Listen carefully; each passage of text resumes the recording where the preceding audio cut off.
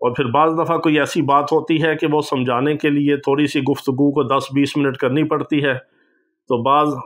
ہمارے بھائی ہیں کہ جن کو وہ بھی تکلیف ہوتی ہے کہ جی آپ بات لمبی کرتے ہیں یا آپ کی ویڈیو لمبی ہو جاتی ہے۔ یہ وہ کہتے ہیں کہ جو گھنٹوں کے حساب سے ٹاک شوز دیکھتے ہیں، انڈیا کے ڈرامے دیکھتے ہیں، پاکستانی سیریل دیکھتے ہیں، انڈیا کی 3-3 گھنٹے کی مووی اور فلمیں دیکھتے ہیں، وہاں پہ ان کو ویڈیو اور مووی لمبی نہیں لگتی، وہاں پہ ان کا وقت ضائع نہیں ہوتا، وہاں پہ ان کا نیٹ استعمال نہیں ہوتا۔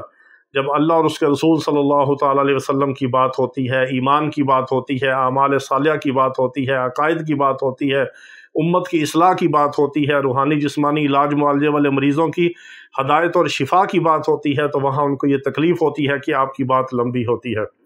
تو ہم تو اپنے مشن میں لگے ہوئے ہیں انشاءاللہ، مرتے دم تک اللہ نے جب تک توفیق دی، اللہ کے فضل سے، اللہ کی توفیق سے اور اس کے کرم کے ساتھ، ہم آقا علیہ الصلوۃ والسلام کی امت کے لیے جو کچھ کر سکے وہ انشاءاللہ کر رہے ہیں، کرتے رہیں گے، اور مرتے دم تک اللہ کی توفیق سے، اللہ کے فضل سے کرتے رہیں گے۔ ہمیں نہ کسی کی ملامت کی پرواہ ہے، نہ کسی تکلیف کی پرواہ ہے۔ کئی مجھے ایسی کالز آئیں کہ بعض ہماری بہنیں جو ہیں وہ آؤٹ آف کنٹری سے، یورپ سے، انہوں نے کہا کہ آپ نے ہمارے فلاں مریض کو آپ نے منزل پڑھنی بند کر دی ہے، آپ نے ہمارے فلاں مریض کو جو ہے وہ چیل کاف کا عمل وہ کر رہا تھا، پڑھائی کر رہا تھا، آپ نے اس کی وہ بند کر دی ہے، آپ نے صرف اس کو مخصوص اور ہلکا سا وظیفہ دیا ہے۔ تو میں نے کہا کہ وہ کر کر کے تو ان کا یہ خانہ خراب ہوا ہے، یہاں تک پہنچے ہیں کہ اب وہ لا علاج بن چکے ہیں۔ اب ایسے مرض میں مبتلا ہیں کہ جو ڈاکٹروں نے، حکیموں نے، طبیبوں نے اور عاملوں نے ہاتھ کھڑے کر دیے ہیں کہ یہ لا علاج بیماری ہے۔ جب ہم نے ان کی وہ پڑھائیاں بند کر کے ان کو طریقے کے ساتھ ایک ترتیب کے مطابق ان کا علاج کیا، دم کیا، ان کو پڑھائی دی، اللہ نے شفا دے دی۔ اب شفا کے بعد یہ تکلیف ہے کہ آپ نے ہماری وہ پڑھائی کیوں بند کی ہے، وہ پڑھائی چھوڑ کے ان کو نیند نہیں آتی۔ یہ حالات ہیں امت کے۔ لیکن ہم جس کام میں لگے ہیں، جس کام کا بیڑا اٹھایا ہے، اللہ کے فضل سے، اللہ کی توفیق سے، اپنے بڑوں کی سرپرستی اور دعاؤں سے، وہ انشاءاللہ العزیز ہم کرتے رہیں گے۔ ہمارا جو قادیانیوں میں دعوت اسلام کا کام ہے، وہ ہم نے کسی ملامت کی پرواہ کے بغیر اللہ کے فضل و کرم کے ساتھ جاری رکھا۔ ہمارے اوپر پریشر آئے، ہمیں دھمکیاں ملی، لیکن اللہ کے فضل سے ہم ببانگ دوہل اور ڈنکے کی چوٹ پہ قادیانیوں کو اسلام کی دعوت بھی دیتے ہیں محبت اور خیر خواہی سے، اور مسلمانوں کی ایمان کی حفاظت کے لیے، مسلمانوں کے ایمان کو قادیانیوں سے بچانے کے لیے ہم ڈٹ کے ان کا مقابلہ بھی کرتے ہیں، اخلاقی طور پر بھی، قانونی طور پر بھی، ہر لحاظ سے۔ اللہ کے فضل سے اللہ نے ہمیں ہمارے ہر مشن میں کامیاب رکھا ہے۔ اسی طرح ہمارا جو دوسرا مشن ہے روحانی علاج معالجے کے حوالے سے، جنات، جادو، بندش، ان چیزوں کے جو شکار ہیں مسلمان اور امت مسلمہ جو اس دلدل میں پھنسی ہوئی ہے، اس کو اس دلدل سے نکالنے کے لیے ہم قرآنی آیات، مستند اعمال، روحانی وظائف اور پھر علاج معالجے کے حوالے سے دم، رقیہ وغیرہ جو کرتے ہیں، اللہ تعالیٰ نے ہمیں اس میں 95% کامیابی دی ہے، اور اللہ رب العزت کے فضل و کرم کے ساتھ ہم پورے زور و شور سے اس کام کو جاری رکھیں گے۔ اسی طرح جسمانی علاج معالجہ کے حوالے سے جو ہماری 18-20 سالہ الحمدللہ میری اپنی پریکٹس ہے، اس کے اندر نہ ہم نے کبھی کیمیکل، نہ اسٹیرائڈ، نہ ایلوپیتھک، نہ ہم نے سنتھیٹک ادویات استعمال کی، بلکہ مفردات کے اوپر، سنگل ریمڈی کے اوپر، پھر مرکبات کے اوپر، پھر اسی طرح اللہ رب العزت کے فضل و کرم کے ساتھ ہم نے طب اسلامی، طب یونانی، آیورویدک اور ساری اچھی پیتھیوں میں سے جو اتھینٹک چیزیں تھیں، مستند چیزیں تھیں، اور جو مجربات تھے، جو تجربات تھے ہربل کے اندر، اور اسی طرح یونانی میڈیسن کے اندر، اسی طرح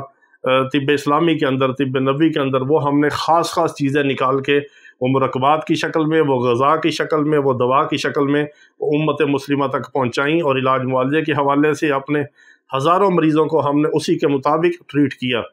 اور اللہ تعالیٰ نے ان کو شفا دی، اور وہ ہمارے لیے صدقہ جاریہ بنے۔ یہی 3 ہمارے زندگی کے مشن ہیں، اور اللہ کے فضل و کرم سے آپ بھی ہمارے ان مشنوں کے لیے دعا کریں کہ اللہ رب العزت ہمیں ہر طرح کی استقامت اور ثابت قدمی عطا فرمائے، اور امت مسلمہ کے لیے ہمیں نافل خلائق بنائے، اللہ اپنے بندوں کی ہدایت اور شفا کا ذریعہ بنا دے۔ ہم انتہائی عاجز اور کمزور ہیں، لیکن اللہ کے فضل کے ساتھ، اس کی توفیق کے ساتھ، میرے آقا علیہ الصلوۃ والسلام کی ختم نبوت کے فیضان کے ساتھ، جب انسان نیک نیتی کے ساتھ اور خیر خواہی اور ہمدردی کے ساتھ قدم بڑھاتا ہے، تو اللہ رب العزت اس کی مدد اور نصرت فرماتا ہے، اور وہ دنیا کے اندر بھی کامیاب ہے اور آخرت کے اندر بھی کامیاب ہے۔ تو اسی طرح بہت سارے اعمال ہیں، بہت ساری چیزیں ہیں۔ تو آج جو میں آپ کو عمل بتا رہا ہوں یہ سورۃ توبہ کی آخری 2 آیات کے ساتھ ایک رات کے اندر آپ استخارہ کر سکتے ہیں۔ بہت مجرب اور زبردست عمل ہے، کیونکہ میرے آقا علیہ الصلوۃ والسلام کا فرمان ہے کہ ہر کام سے پہلے اللہ سے مدد مانگیں، اللہ سے خیر مانگیں اور استخارہ کریں۔ اور جب آپ استخارہ اللہ کے پاک کلام کے ساتھ کریں گے، پھر ان 2 آیات کے ساتھ کریں گے کہ جن کا تعلق اللہ رب العزت کی ذات اور صفات کے ساتھ ہے، اور پھر میرے آقا علیہ الصلوۃ والسلام کی ذات اور صفات کے ساتھ ہے۔ میرے آقا علیہ الصلوۃ والسلام کی جتنی بھی صفات قرآن مقدس کے اندر بیان ہوئی ہیں، ان سب کو جمع کر لیا جائے تو سورۃ توبہ کی آخری 2 آیات میں سے پہلی آیت یعنی 128 نمبر آیت جو ہے، لَقَدْ جَاءَكُمْ رَسُولٌ مِّنْ أَنفُسِكُمْ عَزِيزٌ عَلَيْهِ مَا عَنِتُّمْ حَرِيصٌ عَلَيْكُمْ بِالْمُؤْمِنِينَ رَءُوفٌ رَحِيمٌ۔ اس آیت کے اندر اللہ نے ساری صفات جمع فرما دی۔ کیوں کہ میرے آقا علیہ الصلوۃ والسلام پوری کائنات کے لیے، تمام عالمین کے لیے، شجر و حجر کے لیے، اور قیامت کی صبح تک اور قیامت کے بعد میدان محشر میں اور فیصلے کے دن کے بعد جنت اور جہنم میں جانے کے بعد بھی میرے آقا علیہ الصلوۃ والسلام کی نبوت اور رسالت کا سکہ چلتا رہے گا۔ اس لیے اللہ رب العزت نے میرے آقا علیہ الصلوۃ والسلام کو وہ شان عطا فرمائی ہے کہ بعد از خدا بزرگ توئی قصہ مختصر، یہیں پہ بات ختم ہوتی ہے کہ نہ ہم اللہ کی شان کو بیان کر سکتے ہیں، نہ میرے آقا علیہ الصلوۃ والسلام کے فضائل کمالات اور ان کی شان کو کوئی بیان کر سکتا ہے، نہ ان کا کوئی حق ادا کر سکتا ہے۔ ان 2 آیات کا تعلق اللہ رب العزت کی ذات کے ساتھ اور صفات کے ساتھ ہے۔ فَإِن تَوَلَّوْا فَقُلْ حَسْبِيَ اللَّهُ لَا إِلَٰهَ إِلَّا هُوَ عَلَيْهِ تَوَكَّلْتُ وَهُوَ رَبُّ الْعَرْشِ الْعَظِيمِ۔ اس کا ایک ایک لفظ اور ایک ایک حرف جو ہے یہ زمین و آسمان سے زیادہ وزنی اور قیمتی ہے۔ اس کے ایک ایک حرف کے اوپر اگر اس کی تفسیر کے اوپر کلام کیا جائے تو راتیں گزر جائیں اور گھنٹوں بیت جائیں، نہ ان کی کوئی تفسیر بیان کر سکتا ہے، نہ ان کا کوئی کما حق حق ادا کر سکتا ہے۔ یہ وہ مبارک اور عظیم الشان اور مقدس آیات ہیں کہ جن سے آپ اپنا استخارہ کر سکتے ہیں۔ ہر کام سے پہلے اللہ سے خیر مانگے۔ آپ نے کیا کرنا ہے؟ عشاء کی نماز کے بعد یا کسی بھی وقت آپ نے سونے سے پہلے یہ عمل کرنا ہے، جب آپ دوپہر کو سونا چاہیں یا رات کو سونا چاہیں، لیکن رات کا سونا بہتر ہے۔ بعض دفعہ دن میں جو سویا جاتا ہے، دن کے جو خواب ہوتے ہیں وہ اتنے